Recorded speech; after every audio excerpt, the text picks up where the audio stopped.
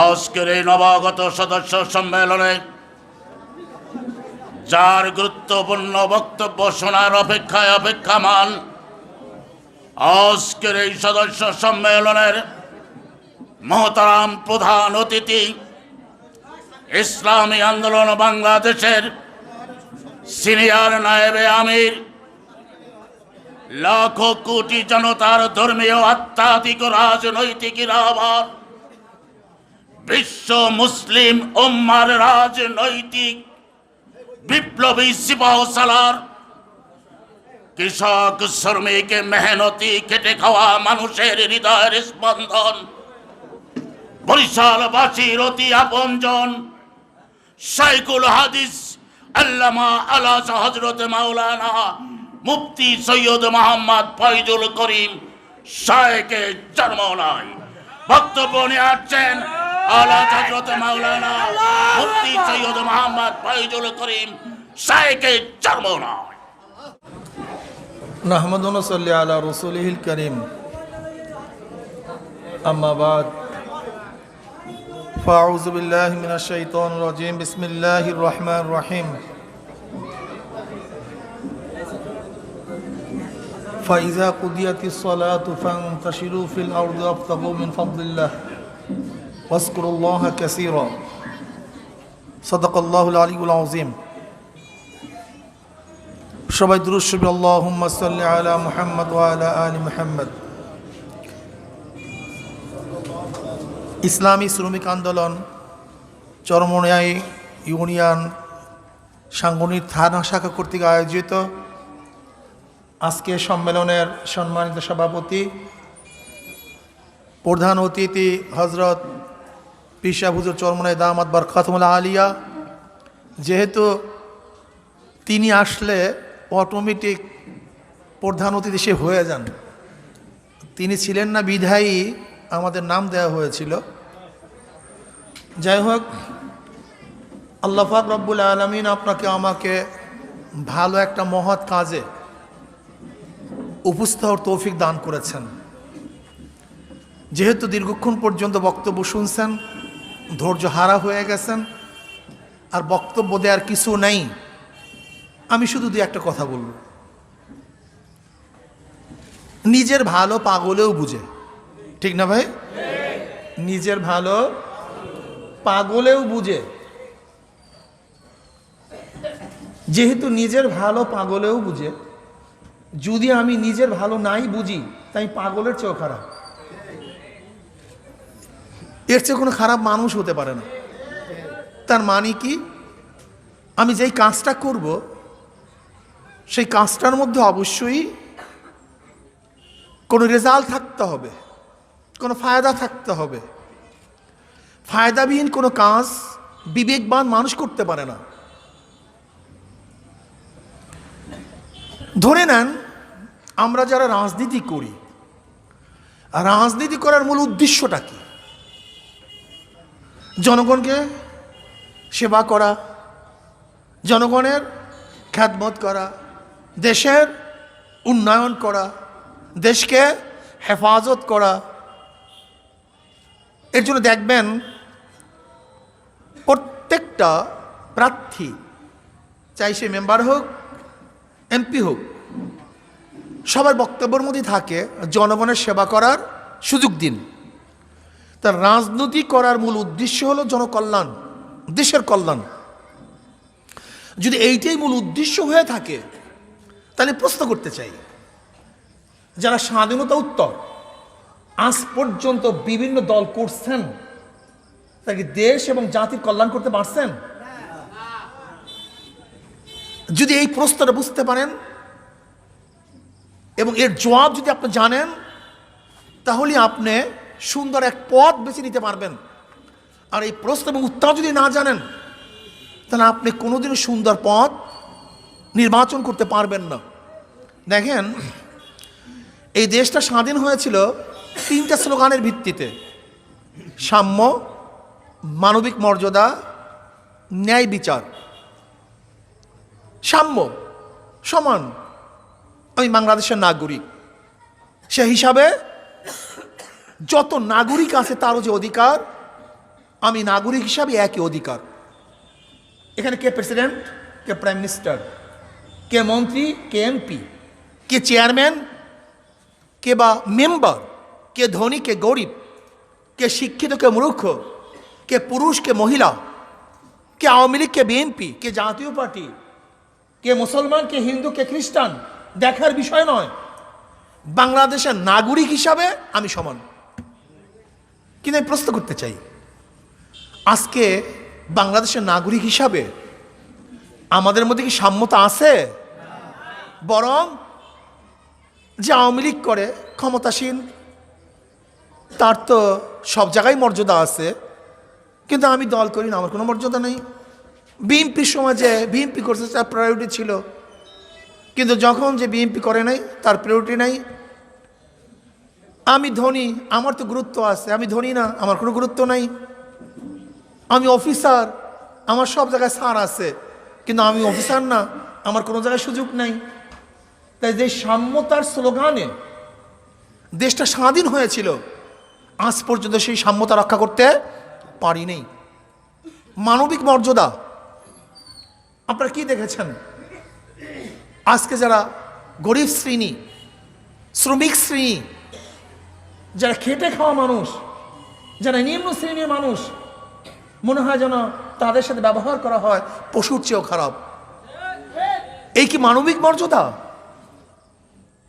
আজকে আমরা কি দেখেছি? ভারতের গোলামি করতে গিয়ে ওই কাঁটা তারের বেড়ার মধ্যে ফেলানিকে ফেলে দেওয়া হয়েছে, বাদুরের মতো ঝুলতে দেখেছি, কিন্তু বাংলাদেশ সরকার প্রতিবাদ করতে দেখি নেই। অথচ নেপালের একজন মানুষকে ভারত হত্যা করার কারণে গোটা ভারতকে নেপালের কাছে মাপ চাইতে হয়েছে, ক্ষমা প্রার্থনা করতে হয়েছে। গোটা নেপাল ভারতের সাথে সম্পর্ক সেট করেছে, যুদ্ধ ঘোষণা করেছে। অথচ আমরা কি দেখেছি? আমাদের বাংলাদেশ সীমান্তে প্রতিদিন কুকুরের মতো আমাদের বাংলাদেশের নাগরিককে ভারত গুলি দিয়ে হত্যা করছে, কিন্তু কেউ প্রতিবাদ করছে না। আপনারা দেখেছেন কয়েকদিন আগেও আমাদের বাংলাদেশের নাগরিককে হত্যা করা হয়েছে, গুলি দেওয়া হয়েছে, তাদের লাশের মধ্যে পচন ধরেছে, কিন্তু ক্ষমতাসীনরা ক্ষমতা রক্ষা করার জন্য তার প্রতিবাদ করতে পারে নাই। আমরা বলবো ওই ক্ষমতাসীনদের প্রতিবাদ করবে না, বরং বাংলাদেশের প্রত্যেকটা নাগরিক ঐক্যবদ্ধ হয়ে ওদের দাঁত ভাঙা জবাব দিতে হবে। আমাদের নাগরিক অধিকার মর্যাদাকে ফিরিয়ে আনতে হবে। আজকে কি দেখেছি? ইনসাফ ভিত্তিক বিচার, ন্যায় বিচার বলতে কিছু নেই। হ্যাঁ, যার সাথে কোর্টের সম্পর্ক আছে সে তো জামিন পায়, কিন্তু আমার সাথে সম্পর্ক নাই, আমি ধুকে ধুকে জেলখানায় মরতে হবে, আমার কোনো জামিন নেই। যার সাথে সম্পর্ক আছে, খুনের কেসের আসামি ঘুরতেছে, অথচ নির্বিচারে হাজারো আসামিরা আজকে জেলখানায় ধুকে ধুকে মরতেছে। হাজারো আসামিরা জেলখানায় নিরাপদ, কোনো অপরাধ নেই। আমরা যখন জেলে গিয়েছিলাম দেখেছি হাজারো আসামি যাদের কিচ্ছা লাভার মতো কেউ নেই, কিন্তু একেবারে সম্পূর্ণ দোষমুক্ত, কোনো দোষে দোষী না, ব্যাস তারা আজকে জেলে ধুকে ধুকে মরছে। আর হাজারো ফাঁসির আসামি তারা আজকে বাহিরে ঘুরছে। কোথায় ইনসাফ বিচার? আমরা কি দেখেছি? আজকে শ্রমিক, তাদের শ্রমিকের অধিকার নেই, ন্যায্য অধিকার পাচ্ছে না। আদম যে মিল, এশিয়ার মধ্যে বড় এক মিল ছিল, বন্ধ হয়ে গেছে। কিষাণ ঝুট মিল, বাংলাদেশের বিশাল এক মিল ছিল, বন্ধ হয়ে গেছে। আজকে সরকারের যতগুলো মিল সব বন্ধ হয়ে গেছে। নতুন মিল তো স্থাপন হয় নাই, বরং যা ছিল তা বন্ধ করছে। আজকে শ্রমিকরা ধুকে ধুকে মরছে, কিন্তু তাদেরকে কোনো কাজের ব্যবস্থা সরকার করতে পারেনি। এই সরকার নয়, বিগত যারা সরকার ছিল, এই স্বাধীন রাষ্ট্রের যারা সরকার ছিল, কেউ শ্রমিকদের অধিকারকে ফিরিয়ে দিতে পারেনি। আমি শ্রমিক বন্ধুদেরকে বলবো, বাংলাদেশের নাগরিককে বলবো, হ্যাঁ আমার জনগণ ভাইয়েরা আমার, আপনি কেন দল করতেছেন? আজকে সাম্যতা নাই, মানবিক মর্যাদা নাই, এবং ইনসাফ ভিত্তিক কোনো বিচার নেই। তাহলে দুনিয়াতে যেই কারণে দল করছেন সেখানে ব্যর্থ হয়েছেন, সেখানেও ব্যর্থ হয়েছেন। আর কবরে অবস্থা কি হবে? কবরের অবস্থা কি হবে আমাকে বলেন। আজকে আপনি দেখেছেন, ধরে নেন আজকে সরকার ফ্রান্সের সাথে সম্পর্ক সেট করতে বা বিরুদ্ধে বক্তব্য দিতে হয়তো রাষ্ট্রীয় বাধা থাকতে পারে, কোনো কিছু থাকতে পারে, কিন্তু আমি প্রশ্ন করতে চাই, বিএনপি যখন সরকারে নেই, জাতীয় পার্টি সরকারে নেই, সে অংশীদারি, সে বিরোধী পার্টি, তাহলে বিএনপির ফ্রান্সের বিরুদ্ধে কথা বলতে আপত্তি কেন? নবী আলাইহিস সালামকে অপমান করা হয়েছে, অপদস্থ করা হয়েছে, সেখানে বিএনপির ব্যানারে স্লোগান দেবে না কেন? মিছিল হবে না কেন? বক্তব্য আসবে না কেন? কারণটা কোথায়? অথচ এদেশের প্রত্যেকটা বিএনপি, এদেশের প্রত্যেকটা অধিকাংশ বিএনপি, তারা বিএনপি কেন করে প্রশ্ন করবেন? তারা ইসলামী ভাবাপন্ন, ইসলামের মূল্যবোধের সরকার বিএনপি। বিএনপি হলো এক শাল বাকলওয়ালা গাছ। শাল বাকলওয়ালা গাছ বুঝেন? যে বিভিন্ন বাকলওয়ালা যদি একটা গাছ সৃষ্টি হয়, দেখবেন এক ডালে মিষ্টি ফল, এক ডালে লম্বা ফল, এক ডালে চুকা ফল। বিভিন্ন বাকলের গাছ তো, ফল এক ডিজাইনের নয়। তাই বিএনপি হলো বিভিন্ন দল থেকে আসা বাকলা মাকড়া গাছ। এর জন্য কেউ নাস্তিক হয়, কেউ আস্তিক হয়, কেউ ভারতপন্থী হয়, কেউ আমেরিকানপন্থী হয়, কেউ চীনাপন্থী হয়, কেউ রাশিয়ানপন্থী হয়। কি কথা, সত্য না মিথ্যা? এই বিএনপির মাধ্যমে যারা দেশে সুশাসন কায়েম করতে চান, আমি ওই বন্ধুদেরকে বলবো, হে আমার বন্ধুরা, হে আমার দোস্ত, বিএনপি কি ক্ষমতায় ছিল না? কথা বলেন না কেন? তাহলে 96 আসতে পারে নাই কেন? আবার 2001 ছিল না? তা 6 আসতে পারে নাই কেন? তারা তো ছিল ক্ষমতায়। পত্রিকায় কি দেখেছি? এত এত লুটপাট, এত এত আত্মসাৎ, এত টাকা বিদেশে পাচার করা হয়েছে, এত বিচার বহিত কাজ করা হয়েছে। যারা ক্ষমতায় ছিল, ঠিক আওয়ামী লীগের ব্যাপারে আজকে যা দেখতেছি, এত হাজার কোটি টাকা পাচার হয়ে গেছে। ফরিদপুরের এক ছাত্রলীগের সভাপতি, জেলার ছাত্রলীগের সভাপতি, পত্রিকায় কি দেখেছি? 2000 কোটি টাকা বিদেশে পাচার করেছে। 2000 কোটি টাকা, 1-2 টাকা নয়, 2000 কোটি টাকা মাত্র ছাত্রলীগের জেলা সভাপতি বিদেশে পাচার করেছে। কি ভাবতেছেন? কি ভাবতেছেন? মাত্র 13 থেকে বা 12 বা 13 থেকে এই 2000 পর্যন্ত 1.5 লক্ষ কোটি টাকা বিদেশে পাচার করেছে আওয়ামী লীগ সরকারের আমলে। 1.5 লক্ষ কোটি টাকা। 1.5 লক্ষ কোটি টাকা বুঝেন? দেশের বাজেটের সমতুল্য টাকা, দেশের বাজেটের সমতুল্য টাকা বিদেশ পাচার করেছে। অথচ রেমিটেন্স আসে কোথার থেকে? এই শ্রমিকদের মাধ্যমে। এই শ্রমিকদের মাধ্যমে যারা বিদেশে ভ্রমণ করেছেন, সফর করেছেন, আপনি কি দেখেছেন? আমাদের দেশের হাজারো শ্রমিক সেই মরুভূমির মধ্যে, রৌদ্রের মধ্যে কাজ করে, ঘাম ছুটতে থাকে, পিঠ পুড়ে ছাই হয়ে যায়, তাদের বিবি বাল বাচ্চা রেখে বাংলাদেশে তারা বিদেশ থেকে বাংলাদেশের টাকা পাঠায়। আর আমাদের দেশের সরকারি লোকেরা, ক্ষমতাসীন লোকেরা আর আমাদের দেশের সেই টাকাগুলিকে লুট করে, ডাকাতি করে বিদেশে পাঠিয়ে দেয়। আমাদের দেশের শ্রমিকরা বিদেশ থেকে আমাদের দেশে টাকা পাঠায়, আর আমাদের দেশের ডাকাতি করে আমাদের দেশের টাকা বিদেশে পাচার করে। এর জন্য আমি আপনাদেরকে বলবো, বিগত দিনে যারা শাসক ছিল, আজও যারা শাসক আছে, তারা ডাকাতি, চুরি, গুন্ডামির থেকে দেশকে বাঁচাতে পারে নাই, রক্ষা করতে পারে নাই। আর ধর্ষণের কথা কি বলবো, এ তো দেখছেন, আর কত দেখবেন। ইরফান সাহেব সেই ঢাকা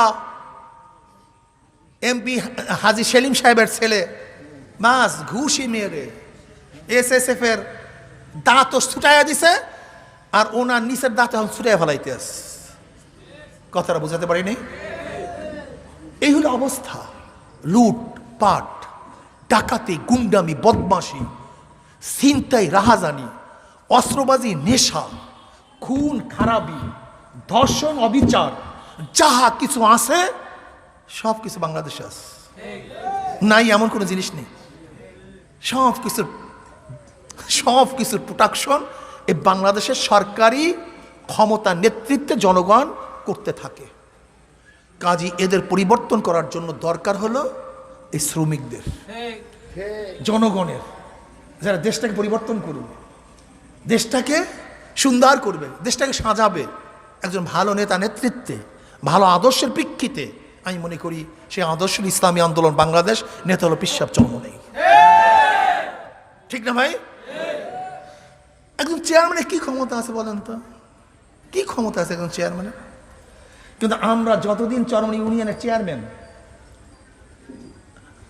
গম চুরি করতে পারে চেয়ারম্যান, মানে চেয়ারম্যানরা যে গম চুরি করে, চাউল চুরি করে, আমার মনে হয় চরমনাই ইউনিয়নের সমস্ত যখন এটা ভুলেই গেছে। কি কথা বলেন না কেন? এটা ভুলে গেছে। এদের মনের মধ্যেই নাই যে চেয়ারম্যান চাউল গম চুরি করতে পারে। কারণটা কি? বলছে কেন? চরমনাই ইউনিয়নের কাউর গাছ কোনো গুন্ডা দখল দিয়ে খেতে পারে, ভুলে গেছে মানুষ, মনেই নেই। গুন্ডামির কথা ভুলে গেছে, ডাকাতির কথা ভুলে গেছে, লুচ্চামির কথা অনেক থাকবে না তা না, থাকবে না তা না। যতদিন মানুষ থাকবে ততদিন খারাপই থাকবে, কিন্তু সংখ্যা কমে আসতে হবে, সংখ্যা কমে আসতে হবে। থাকবে না তা না।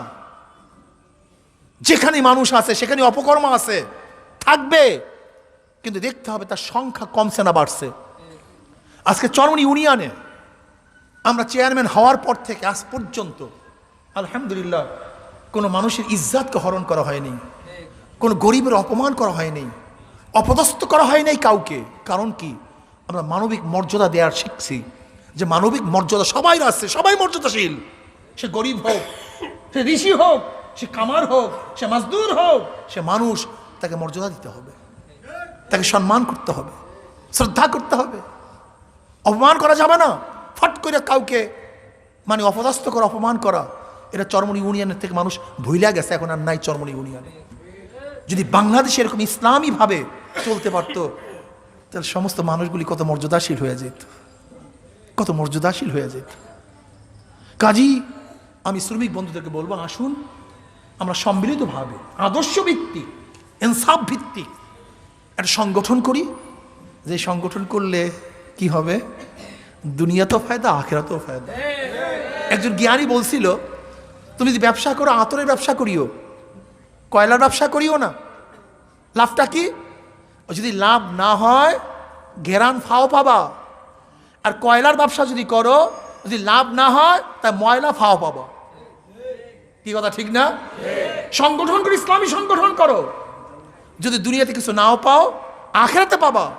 আর দুনিয়াতে পাও, সব কিছু পাইলা, কিন্তু ইসলামের বাহিরে যারা সংগঠন করবা, যদি দুনিয়াতে কিছু না পাও তাহলে খাসরাত দুনিয়া হল আখিরা, দুনিয়াও বরবাদ, আখিরাতেও বরবাদ। কাজে আল্লাহ পাক রব্বুল আলামিন আমাকে এবং আমাদের সবাইকে ইসলামী সংগঠন অনুযায়ী জিন্দিগি চলার তৌফিক দান করুক। আর আগামী ইউপি নির্বাচন আসতেছে, আজকের থেকে প্রস্তুতি গ্রহণ করতে হবে, আজকের থেকেই প্রস্তুতি গ্রহণ করতে হবে। আগে আমরা যেই ভোট পেয়েছি, তার চেয়ে অনেক গুণ বেশি ভোট দিয়ে ইনশাআল্লাহ ইসলামী আন্দোলন বাংলাদেশের প্রার্থীকে আমরা বিজয় করবো। ইনশাআল্লাহ রাজি আছেন? ইনশাআল্লাহ কে কে রাজি আছে? দুই হাত তুলে নারায়ে তাকবীর, নারায়ে তাকবীর, নারায়ে তাকবীর, নারায়ে তাকবীর। আল্লাহ আমাদের সবাইকে কবুল করে নেন।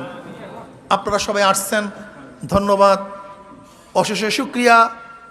ভবিষ্যতে আপনারা আসবেন ইনশাআল্লাহ। যতক্ষণ সময় এখানে কাটিয়েছেন আসলে নেকের মধ্যেই ছিলেন, গুনাহ কোনো সুযোগ ছিল না।